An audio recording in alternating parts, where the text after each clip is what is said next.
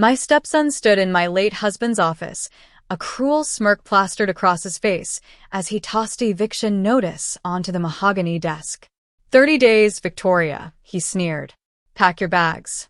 Dad's house, his company, his millions, they all belong to me now. He thought a 27-year-old widow would be an easy target, too blinded by grief to fight back. Everyone in our elite circle whispered that I was just a naive gold digger who had finally been outsmarted. They watched me sign the surrender papers at the final hearing with smug satisfaction. But as my lawyer leaned over and whispered, "It's done," I looked at my stepson and smiled. He had no idea I had just handed him a ticking financial time bomb. My name is Victoria. At 27 years old, I found myself sitting in a sea of black silk, staring at the polished mahogany desk that had once anchored my late husband Marcus's empire. The funeral flowers hadn't even begun to wilt before the door burst open. In stepped Julian, Marcus's 35-year-old son from his first marriage. He wore his grief like a cheap accessory, quickly discarding it the moment he locked eyes with me. Behind him stood a small army of expensive corporate lawyers, their briefcases snapping open in unison like a firing squad. Julian didn't offer condolences. Instead, he slid a thick packet of legal documents across the desk. "It's over, Victoria," he said, his voice dripping with practiced malice. "We found the original estate will. The mansion, the tech firm, the offshore accounts, it all belongs to me. You're dismissed." His lawyers nodded right on cue. I looked around the room, feeling an suffocating wave of isolation. Julian had spent years painting me as a young, calculating gold digger to the board directors. Now, backed by an outdated will from a decade ago, he truly believed he had successfully trapped me in a corner.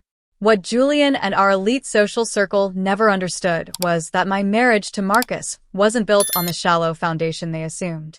They whispered behind their champagne glasses about our age gap, content to label me a naive trophy wife. But while Julian was busy traveling the world on his father's dime, crashing luxury cars and running failed overseas investments into the ground, I was the one sitting up late with Marcus.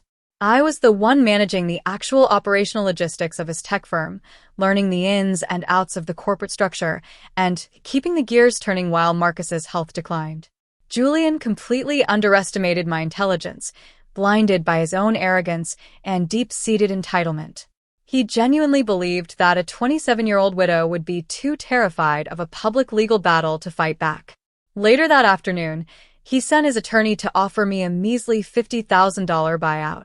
It was an insulting pittance, meant to make me pack up my clothes and vanish quietly into the night without a fight. He thought he was offering me a lifeline, completely unaware that I knew the business infinitely better than he ever would. Left alone in the quiet mansion to pack my life into cardboard boxes, the silence of the house was heavy. I drifted back into Marcus's private study, a room Julian had already claimed but hadn't yet occupied. As I ran my hand along the edge of the heavy desk, my fingers caught on a slight imperfection beneath the bottom drawer, a hidden latch.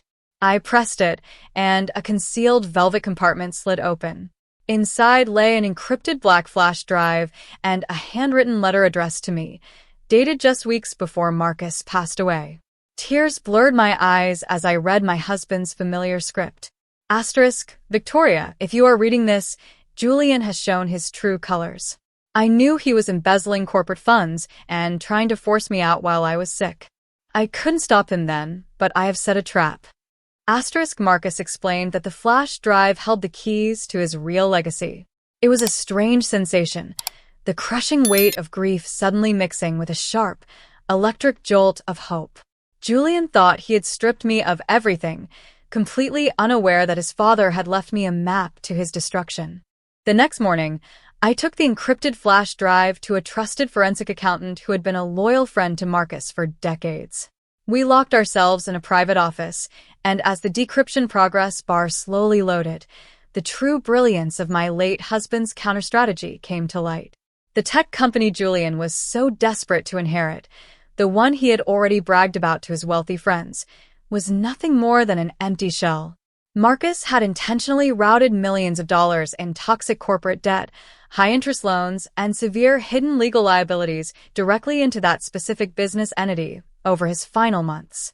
Meanwhile, the real goldmine, the valuable proprietary software patents, the active client contracts, and a staggering $6.5 million in cash reserves had been quietly and legally transferred out. It was all safely sitting inside a brand new holding company, a company registered entirely under my maiden name. Julian had been so blinded by his own greed and his rush to push me out that he never bothered to audit the actual accounts. He was celebrating a kingdom that was already completely hollowed out from the inside. Instead of revealing my hand, I chose to play the part of the broken victim to absolute perfection. I called Julian, forcing a trembling sob into my voice as I told him I was completely exhausted, defeated, and ready to sign over whatever he wanted just to end the nightmare. To make the trap look entirely authentic, I had my attorney stage a fierce, loud argument with me right in front of Julian's legal team during our meeting, begging me not to give up my rights. Julian sat across the table, smirking as he watched my lawyer dramatically throw his hands up in frustration. Blinded by his perceived triumph, Julian eagerly slid the final contract forward. The terms were specific. I would waive any future right to contest his outdated version of the will, and in exchange, Julian would assume 100% personal and legal liability for the tech business and its financial obligations. He signed his name with a theatrical flourish, thoroughly convinced he had outsmarted his father's young wife. He had no idea he was eagerly signing his own financial death warrant. The final hearing was a masterclass in tension. We sat in the sterile courtroom, the silence broken only by the scratching of the judge's pen as the settlement papers were officially stamped and filed. Julian leaned back in his leather chair, practically vibrating with smug satisfaction. But the moment the judge declared the case closed, a sharp chime echoed from Julian's lawyer's laptop. It was a real-time regulatory and banking alert. I watched as the color drained completely from the attorney's face, his eyes widening in absolute horror as he stared at the screen. He frantically tapped Julian on the shoulder, whispering the devastating news. Julian didn't inherit a gold mine. He had just legally bound himself to millions in toxic debt and an active federal fraud investigation. He jumped out of his seat, screaming my name, but I simply stood up, adjusted my coat, and walked out a multimillionaire. 3 months later, I sat on the veranda of my beautiful new beachside estate in Carmel, watching the morning sun paint the Pacific Ocean in shades of brilliant gold. It was a peaceful life, funded by the $6.5 million and the valuable tech patents Marcus had secured for me. Greed, I realized, always finds a way to consume itself. Word reached me that Julian's luxury cars and properties were liquidated to appease his creditors, and he is currently under federal investigation for the corporate fraud Marcus uncovered. Marcus's true legacy wasn't just the wealth, it was the freedom to build a life on my own terms. Would you have played the quiet game like I did, or fought him out in the open court? Let me know your thoughts in the comments below, and check out the 2 videos on your screen right now for more wild stories. Thank you for watching.